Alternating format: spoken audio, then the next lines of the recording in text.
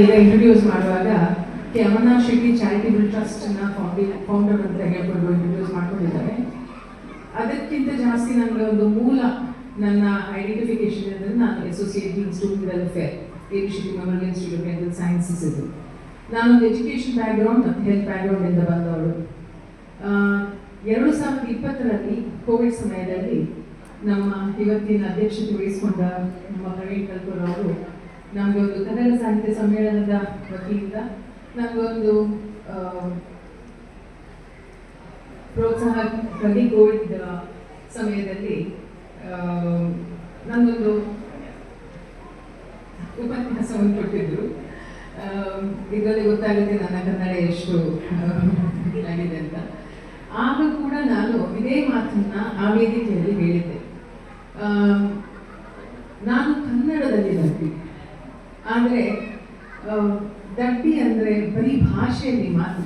ಪ್ರತಿಯೊಂದು ಮಗು ಎಲ್ಲದರಲ್ಲೂ ಹುಷಾರಾಗಲಿಕ್ಕೆ ಸಾಧ್ಯ ಇಲ್ಲ. ಈಗ ಕೆಲವರು ಮ್ಯಾಥಮ್ಯಾಟಿಕ್ಸಲ್ಲಿ, ಸೈನ್ಸಲ್ಲಿ ಒಳ್ಳೆ ಮಾಡ್ತಾರೆ, ವಿಜ್ಞಾನದಲ್ಲಿ ಒಳ್ಳೆ ಮಾಡ್ತಾರೆ, ಇಂಗ್ಲೀಷ್ ಭಾಷೆಯಲ್ಲೂ ಒಳ್ಳೆ ಮಾಡ್ತಾರೆ, ಆ ಮಕ್ಕಳು ಇಂಗ್ಲೀಷ್ ಲಿಟ್ರೇಚರ್ಗೆ ಹೋಗ್ತಾರೆ. ನಾನು ಮಾತ್ರ ಕನ್ನಡ ಬುದ್ಧಿ ಹೇಳಿದ್ದು ನನ್ನ ಉಚ್ಚಾರ ಸರಿ ಆಗ್ತಾ ಇರಲಿಲ್ಲ. ಆಗ ಕೂಡ ಆ ಭಾಷಣದಲ್ಲಿ ನಾನು ಹೇಳಿದೆ ಏನಂದರೆ, ಬೆಳಿಗ್ಗೆ ಎದ್ದು ನನ್ನ ತಂದೆ ಶೇವಿಂಗ್ ಮಾಡ್ತಾ ಇರುವಾಗ, ಬ್ರಷ್ ಮಾಡ್ತಾ ಇರುವಾಗ ಬಗೆಯಲ್ಲಿ ನಿಲ್ಲಿಸಿ ಒಂದು ಕನ್ನಡದ ನ್ಯೂಸ್ ಪೇಪರ್ ನನ್ನ ಕೈಯಲ್ಲಿ ಕೊಟ್ಟು ಓದುತ್ತಿದ್ದಾರೆ.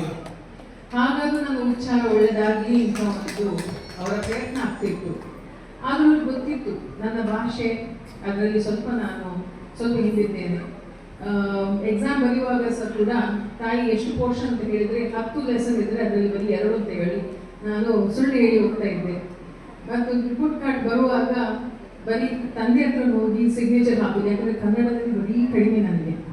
ಆದರೆ ಇದರ ಅರ್ಥ ಕನ್ನಡ ಭಾಷೆ ಮೇಲೆ ನನಗೆ ಅಭಿಮಾನ ಇಲ್ಲ ಅಂತಲ್ಲ, ನನ್ನ ತಾಯಿಯ ನಾನು ನಮ್ಮನ್ನು ಡಬಲ್ ಹೈಬ್ರಿಡ್ ಅಂತ ಹೇಳ್ತಾ ಇದ್ದೇನೆ. ಯಾಕಂದರೆ ನನ್ನ ಅಜ್ಜಿ ದಿವಂಗತ ಜಲಜಾಕ್ಷಿ ರಾಮಮೋಹನ್ ರೈ ಕೂಡ ಬಸ್ರೂರು ಕುಟುಂಬದವರು, ಮತ್ತು ನನ್ನ ತಾಯಿ ಕೂಡ ಬಸ್ರೂರವರು. ಆದರೆ ನನ್ನ ತಾಯಿಯ ತಂದೆ ಕೂಡ ಮುಂಡ್ರದೆ ಗೊತ್ತಿನವರು, ನನ್ನ ತಂದೆ ಕೂಡ ಮುಂಡ್ರದೆ ಗೊತ್ತಿನವರು. ಸೊ ನಾವು 3ನೇ ಜನರೇಷನ್ ನಾವು ಡಬಲ್ ಹೈಬ್ರಿಡ್ ಅಂತ ಹೇಳ್ಕೊಂಡು ತುಳುವನ್ನೇ ಮುಂದೆ ತೆಗೆದುಕೊಂಡು ಹೋಗ್ತಾ ಇದ್ದೀವಿ. ಅಲ್ಲಿ ಕುಂದಾಪುರ ಕನ್ನಡ ಅದು ನಮ್ಮ ಮಾತೃಭಾಷೆ.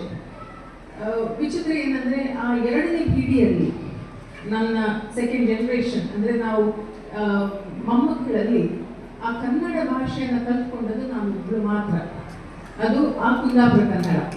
ಅದು ಯಾಕಂದರೆ ನಾನು ಸತ್ಯ ಹೇಳೋದಾದರೆ, ಈಗ ನನಗೆ ಕುಂದಾಪುರ ಕನ್ನಡದ ಮೇಲೆ ಈ ನಾರ್ಮಲ್ ನಮ್ಮ ಮಂಗಳೂರಿನ ಕನ್ನಡದಕ್ಕಿಂತ ಜಾಸ್ತಿ ಬರೆಯುವಾಗ ತಪ್ಪಿ ಹೋಗ್ಬೋದು, ಆದರೆ ಕುಂದಾಪುರ ಕನ್ನಡ ಈಗಲೂ ಭಾರಿ ಸರಳವಾಗಿ ನಾನು ಮಾತಾಡ್ತೇನೆ.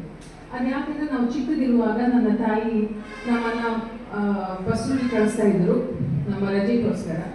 ಅಲ್ಲಿ ಯಾರಾದರೂ ತುಳು ಒಂದು ಬೇರೆ ದೇಶದ ಭಾಷೆ, ಯಾರಿಗೂ ತುಳು ಬರುವುದಿಲ್ಲ.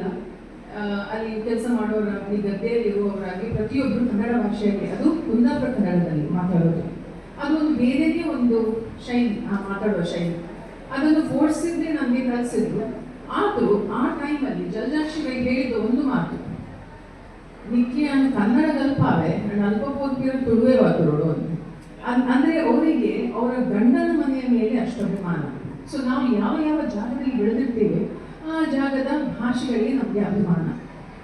ಇದರಲ್ಲಿ ಇವತ್ತು ಕನ್ನಡ ಸಮ್ಮೇಳನ, ಈಗ ಅಭಿನಯದಲ್ಲಿ ಒಂದು ವಿಷಯ ಹೇಳಿದರು, ಎಷ್ಟೋ ಶಾಲೆಗಳಲ್ಲಿ ಕನ್ನಡ ಭಾಷೆಗಳು ನಡೀತಾ ಇವೆ, ಅದೇ ರೀತಿ ಆಂಗ್ಲ ಭಾಷೆ ಬಂದಿದೆ, ಅದು ಮುಂದೆ ಹೋಗಿದೆ ಅಂತ.